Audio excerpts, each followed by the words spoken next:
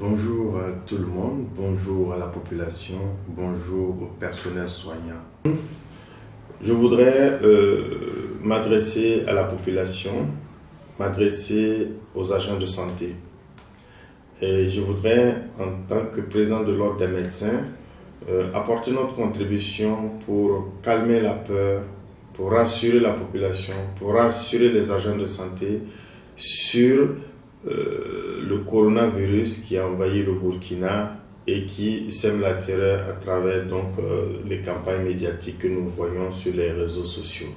Et pour ce faire, nous avons demandé à un spécialiste de la question qui est un médecin inscrit au tableau de l'ordre et qui va donc parler de l'infection à coronavirus de sorte à donner un certain nombre d'informations à la population, aux agents de santé, mais aussi rassurer les uns et les autres.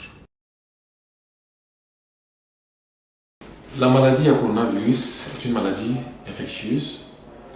Il s'agit d'une maladie qui est due à un virus de la famille des coronavirus. Dans cette famille, il y a 7 virus humains, dont 4 qui sont responsables de maladies respiratoires vraiment mineures, donc qui ne sont pas méchantes, et 3 qui sont responsables de maladies beaucoup plus sévères. Ces 3 responsables de maladies sévères ont entraîné des épidémies en 2002, en 2012 et plus récemment pour le dernier coronavirus en 2019. La maladie à coronavirus est une maladie qui se manifeste essentiellement par des signes respiratoires.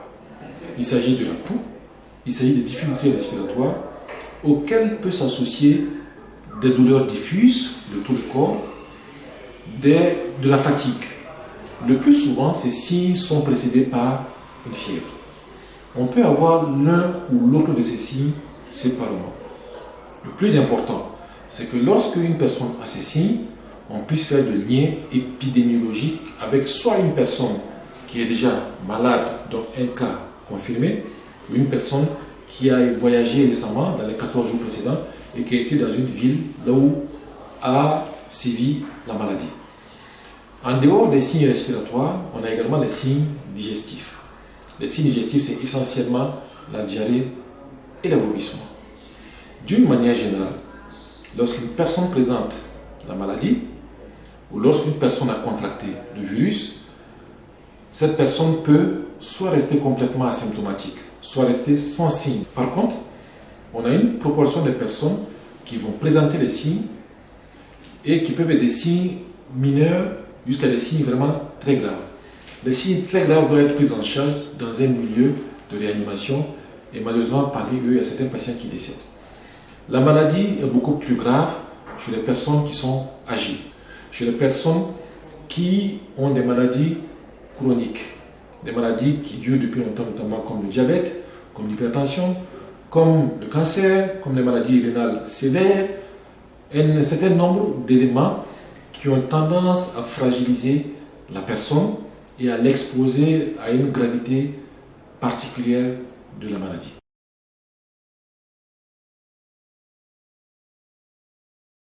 Il y a beaucoup de messages qui ont influé sur la présence ou l'efficacité de tel ou tel médicament. Jusque-là, aucun médicament n'a été identifié qui soit susceptible de lutter efficacement contre ce virus. Bien sûr, il y a des études qui sont en cours et même des études qui sont à des niveaux très avancés. Et on espère que dans quelques temps, on puisse avoir des résultats concluants de ces études qui sont réalisées dans les pays là où on a plusieurs patients, notamment en Chine. Le traitement va consister à la surveillance des patients et bien sûr à la recherche des signes de gravité. Lorsque nous avons des signes de gravité, on peut être amené à utiliser des méthodes de suppléance, notamment mettre de l'oxygène au patient, équilibrer les fonctions vitales parce qu'on peut avoir une altération des fonctions du rein, une altération des fonctions du foie, une altération des fonctions cardiaques ou d'autres organes. Il va falloir tout mettre en œuvre pour pouvoir stabiliser le patient afin que le patient puisse passer le cap. Le site actuellement identifié qui est pour la prise en charge des cas de coronavirus est le CHU de Tengango. C'est un site qui est adapté et c'est un site aujourd'hui qui dispose des conditions de sécurité, aussi bien pour le personnel soignant, mais des conditions adaptées pour la prise en charge des patients coronavirus.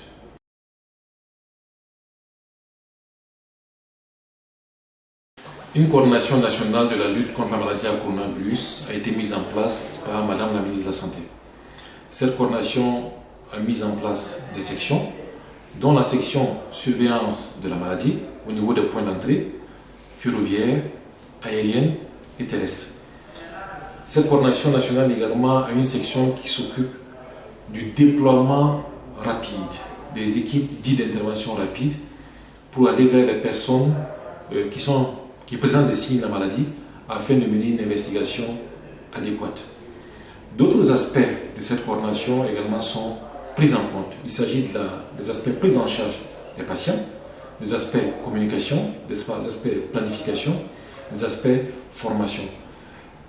Tout aspect qui, bien sûr, permet de pouvoir couvrir tous les besoins essentiels pour lutter efficacement contre cette maladie.